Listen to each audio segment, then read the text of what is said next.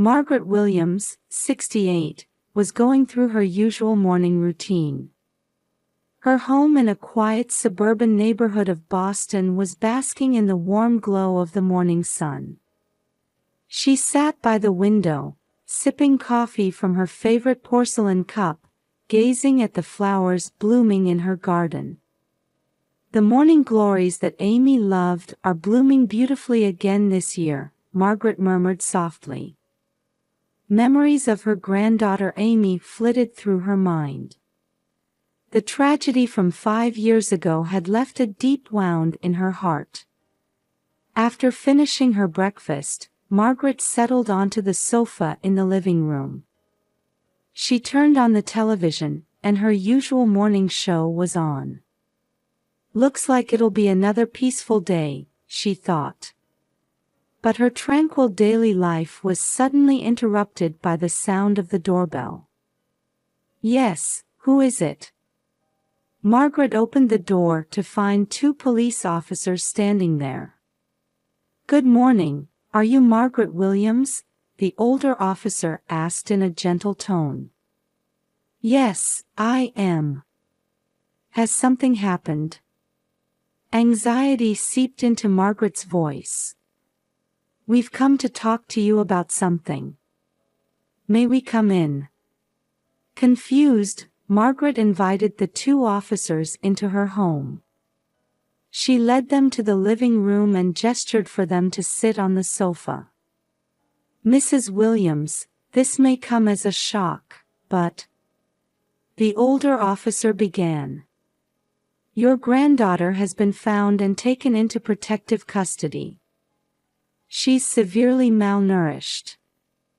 Margaret was momentarily at a loss for words. "I'm sorry, my granddaughter." "Yes, a 12-year-old girl named Amy Johnson. She says she's your granddaughter." The color drained from Margaret's face. There must be some mistake. "My granddaughter Amy passed away 5 years ago." The officers exchanged surprised looks. "What?" the older officer exclaimed. "You say she passed away 5 years ago?" Margaret nodded slowly. "Yes, in a fire. Amy was 7 years old." Her voice trembled. The officers looked at each other, bewildered. The younger officer carefully spoke up. "But the girl we found is definitely calling herself Amy Johnson. And she knew your name and address accurately." Margaret's mind was in turmoil. Her granddaughter, who was supposed to be dead, is alive. What could this mean? Her heart began to race. What does this mean?" Margaret asked in a shaky voice. The older officer took a deep breath and began to explain. "The girl we found was discovered in a supermarket yesterday. She was extremely thin and malnourished. After being examined at the hospital, she revealed her identity to us." Margaret was speechless. After a moment of silence, she reached for her coffee cup with trembling hands. "Is this a dream?" The officers looked at Margaret with sympathetic eyes. "Mrs. Williams, we don't have all the details yet. But there's a high possibility that this girl is your granddaughter. Would you be willing to meet her?" Margaret exhaled deeply. "Yes. I'll meet her." Her voice was a mix of determination and fear. The officers stood up and began preparing to escort Margaret to the police station. Margaret gazed out the window, remembering the tragic day 5 years ago. Sitting in the back of the police car, Margaret's mind wandered back to that day 5 years ago. September 15, 2018, the day that changed her life forever. It was Amy's 7th birthday. Margaret had visited her daughter Sarah and son-in-law Mike's house to celebrate her granddaughter's birthday. The whole family had spent a wonderful time together, and Amy was delighted with her new bicycle. "Grandma, look! I can ride by myself now," Amy had shouted happily as she rode her new bike in the garden. Margaret had smiled, proud of her granddaughter's growth. "That's wonderful, Amy. You're such a smart girl." That night, Margaret returned home. She was tired but happy. However, her happiness didn't last long. In the middle of the night, she was awakened by a sudden phone call. When she picked up the receiver, she heard Sarah's panicked voice. "Mom! There's a fire. The house is burning." Margaret immediately jumped up and rushed to Sarah's house. But by the time she arrived, it was already too late. The house was engulfed in flames, and firefighters were desperately trying to extinguish the fire. "Sarah! Mike! Where's Amy?" Margaret frantically asked when she found her daughter and son-in-law. Sarah answered, sobbing, "Amy. We can't find Amy." The next few hours were like a nightmare. The firefighters searched diligently, but Amy couldn't be found. And the next morning, the worst news arrived. "I'm sorry. We found a small body in the second-floor bedroom." The fire chief's voice was heavy. Margaret collapsed to her knees. Sarah and Mike embraced each other, crying uncontrollably. Their beloved daughter, Margaret's precious granddaughter, was gone. The cause of the fire was determined to be an electrical system malfunction, and it was concluded that Amy had passed away in her sleep from smoke inhalation. The family was enveloped in deep sorrow. After the funeral, Sarah and Mike, unable to bear their grief, decided to move abroad. "Mom, I'm sorry. But being here, it reminds us of Amy. We can't go on living here," Sarah said tearfully. Margaret understood her daughter and son-in-law's decision, but her own heart was torn as well. "I understand, Sarah. Your happiness is what's most important." And so, Sarah and Mike moved to Europe. Margaret was left alone in Boston. Every day, she would talk to Amy's photo, remembering her lost granddaughter. And now, 5 years later, this sudden news was about to shake her life once again. As the police vehicle arrived at the station, Margaret took a deep breath. Her heart was filled with anticipation and fear for what was about to unfold. Upon arriving at the police station, Margaret could feel her heart pounding fiercely. The older officer guided her to a small room. "Mrs. Williams, the girl is in this room." "Are you ready?" the officer asked gently. Margaret took a deep breath and answered in a trembling voice, "Yes, please." As the door opened, there sat a small girl. Margaret gasped. The girl indeed resembled Amy, but her emaciated figure had erased much of the lovely granddaughter she remembered from 5 years ago.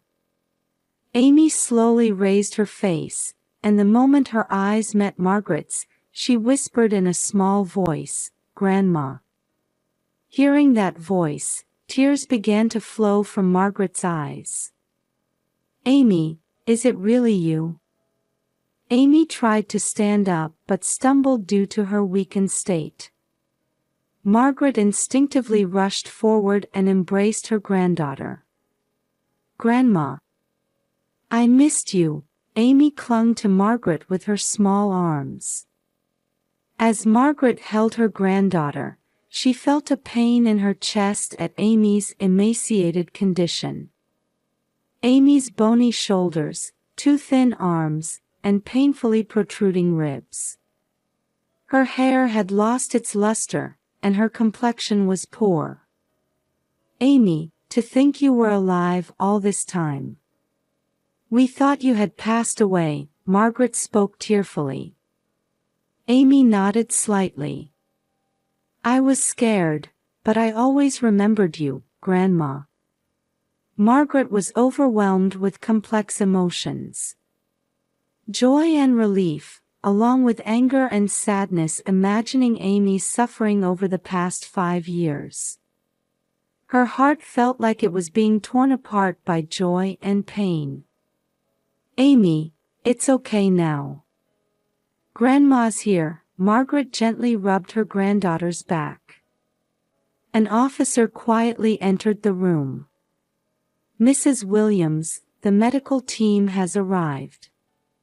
We'd like to check Amy's health condition, if that's all right." Margaret hesitated but understood that Amy's health was the top priority. "I understand. Amy, it's okay. Grandma will be right here."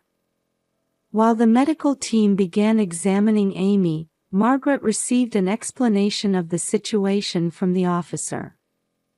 Amy was in a state of severe malnutrition, and there were concerns about psychological trauma from long-term confinement. After the examination, the doctor approached Margaret. "Mrs. Williams, your granddaughter's condition is stable, but she'll need long-term hospitalization. Along with physical recovery, psychological care will also be crucial." Margaret nodded. "I understand. I'll do anything for Amy." That night, Margaret stayed in Amy's hospital room. She held her granddaughter's small hand tightly, quietly shedding tears. Various emotions, joy and sorrow, relief and anger, raced through her mind. "Amy, I'll never let you go again. Grandma will always protect you," Margaret gently spoke to the sleeping Amy. And in her heart, a determination to walk this new path with Amy began to grow. The road ahead would surely not be smooth, but with Amy by her side, she resolved to face forward and move on. The next day, Margaret found herself in a police interrogation room, listening to Amy's testimony. A psychological counselor was present, carefully proceeding with the conversation while considering Amy's mental state. Amy began speaking in a small voice. "That day, I woke up because of the smoke. I was scared and screamed, but no one came. Fear was visible in her eyes. Then, a strange man came in through the window and said, 'I'll help you.' But..." Amy's words faltered. Margaret gently squeezed her granddaughter's hand, encouraging her, "It's okay, Amy. Take your time." Amy took a deep breath and continued. "That man took me out, but he didn't let me go home. I was locked in a dark room." According to her testimony, the kidnapper, Robert Harrison, 60, had kept Amy confined in an old warehouse in the suburbs.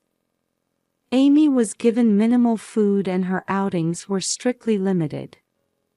Uncle Robert would sometimes say with a scary face, "Stay here until your grandma hands over the treasure," Amy recounted in a trembling voice.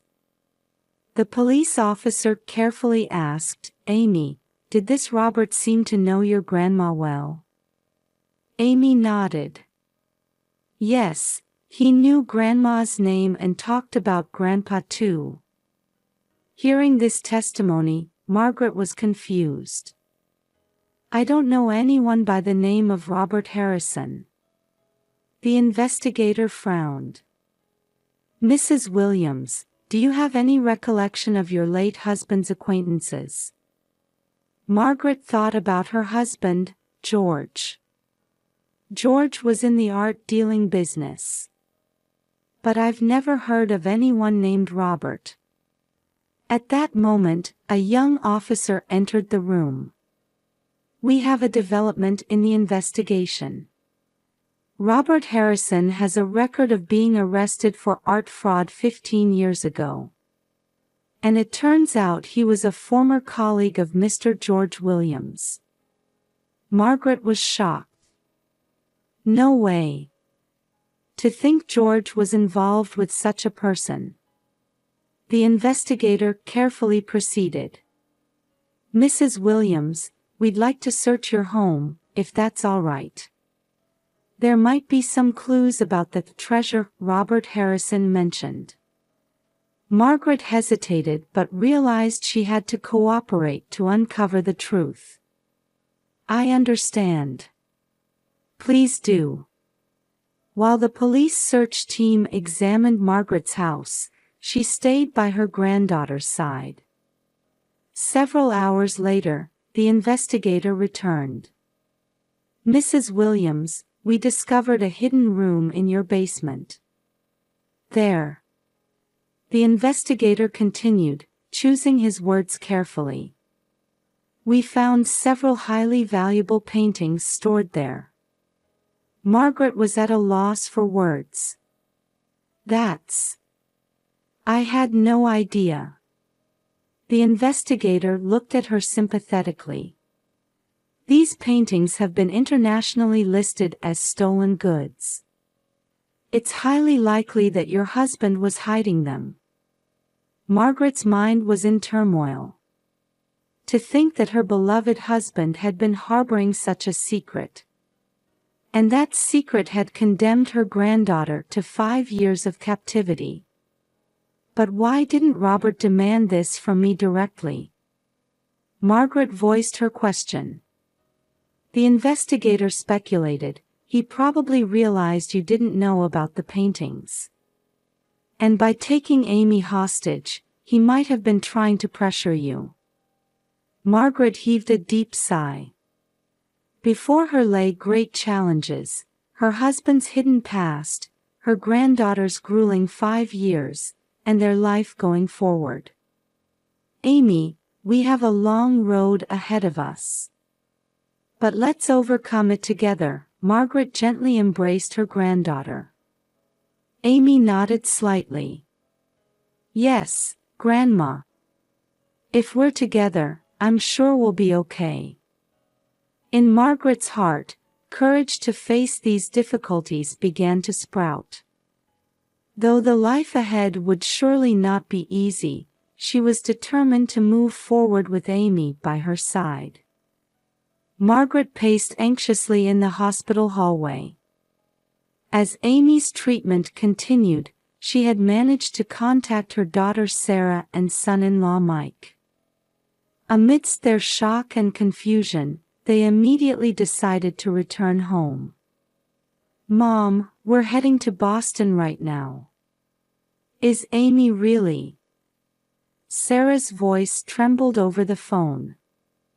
Margaret took a deep breath before answering, Yes, Sarah. Amy is alive. But she's very weak. A few hours later, Sarah and Mike arrived at the hospital. Their faces showed the fatigue of a long journey and anxiety about what was to come. Mom. Sarah rushed to Margaret as soon as she saw her, embracing her tightly. Mike approached as well, asking with a serious expression, Please, tell us what's going on. Margaret guided them to a quiet place and explained in detail the events that had transpired. Sarah and Mike's expressions changed from surprise and joy to deep sorrow. Can we see Amy? Sarah asked, tears welling up in her eyes. Margaret nodded gently. Yes, but she's still very weak. Please approach her slowly. The three of them headed to Amy's hospital room. When they opened the door, Amy was lying curled up in bed. Sarah gasped, and Mike turned away. Amy, Mom and Dad are here, Margaret called out gently. Amy slowly raised her face and looked at her parents. Tears began to well up in her eyes. Mom. Dad. Sarah rushed to Amy's bedside, crying, and carefully embraced her daughter. Mike approached as well, and the family of three hugged each other. I'm sorry, Amy. We should have kept searching for you, Sarah apologized through her tears. Amy shook her head slightly. It's okay, Mom. I was always thinking about you and Dad. Margaret watched this emotional reunion from a short distance. Her heart was filled with joy, but she also felt anxious about the long road to recovery ahead. Over the next few weeks, Amy's recovery progressed slowly but steadily. Her nutritional state improved, and she began to gain weight. However, healing the wounds in her heart would take much longer. Amy, how are you feeling today? Margaret asked one day when she visited the hospital room. Amy smiled slightly. A little better, I think. But I still have scary dreams sometimes. Sarah and Mike visited Amy every day, trying to rebuild their family bond. They were carefully reconstructing their relationship with Amy, guided by advice from the psychological counselor. Amy, we'll always be here for you. Even if you're scared, you're not alone anymore, Mike gently held his daughter's hand. Surrounded by her family's love, Amy gradually began to smile more. She started to share bits and pieces of her experiences over the past 5 years with her parents and Margaret. It was a painful process for the whole family, but it was also healing. As the day of discharge approached, the family discussed their future life. Sarah and Mike decided to arrange their work and stay in Boston for a while. Amy's recovery is our top priority, Sarah said with determination. Let's overcome this difficulty as a family. Margaret was grateful for her daughter and son-in-law's decision and saw hope for Amy's future. She felt that the family bond was growing stronger through this trial. About a month after Amy's discovery, Robert Harrison's trial began. Margaret, Sarah, Mike, and Amy, who had been allowed to attend with her doctor's approval, were present in the courtroom. The prosecution presented a wealth of evidence, including Robert's criminal history, Amy's testimony, and the discovered paintings. Robert maintained an expressionless face throughout, but made an unexpected statement at the end. I admit my guilt. However, it was triggered by George Williams' betrayal. This statement caused an uproar in the courtroom. After the judge called for order, Robert continued. George and I were making significant profits from art deals. But suddenly, he hid everything and betrayed me. I was just trying to get back my share. Margaret was hit with complex emotions as she learned of this unknown side of her husband. However, she couldn't justify Robert's actions. The trial continued for several weeks, and ultimately, Robert was sentenced to a long prison term. After the trial, the family was trying to start a new life. Amy was gradually adapting to daily life, although she still occasionally suffered from panic attacks. It's okay, Amy. Take deep breaths. Sarah gently embraced her daughter. We're here with you. Margaret was also fully supporting her granddaughter's recovery. She went for walks with Amy every day, cooked together, and read books with her. Grandma, I feel like I'm getting a little stronger, bit by bit, Amy told Margaret one day. Margaret hugged her granddaughter and said, That's right, Amy. You're such a strong girl. The family also had to face the past of the late George. While disappointed in her husband's actions, Margaret tried not to forget his good sides as well. Was Dad a bad person? When Amy asked this, Margaret answered carefully. People are complex, Amy. Grandpa made mistakes, but he still loved our family. What's important is that we learn from his mistakes and become better people. As time passed, the family bond deepened. Amy gradually started going to school and made new friends. Sarah and Mike slowly resumed their work while cherishing their time with their daughter. Margaret was proud of her family for overcoming this ordeal.